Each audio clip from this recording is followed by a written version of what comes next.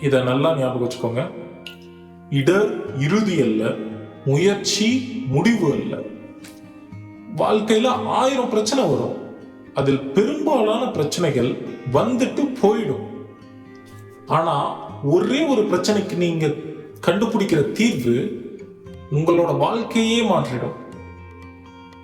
அதனால் ஒவ்வொரு காலையிலையும் ஒரே ஒரு கேள்வி மட்டும் கேளுங்க. இன்னைக்கு நான் எந்த பிரச்சனைக்கு தீர்வு கண்டுபிடிக்க போறேன்? எப்படி இன்னும் மதிப்பை உருவாக்க போறேன்? எப்படி இன்னும் நல்லா சம்பாதிக்க போறேன்? நினைவில் வை, பணம் பிரச்சனைகளை தேடி வராது, பிரச்சனைகளை தீர்க்கிறவனை தேடி வரும். ஞாபகம் வச்சுக்கோங்க. Good luck.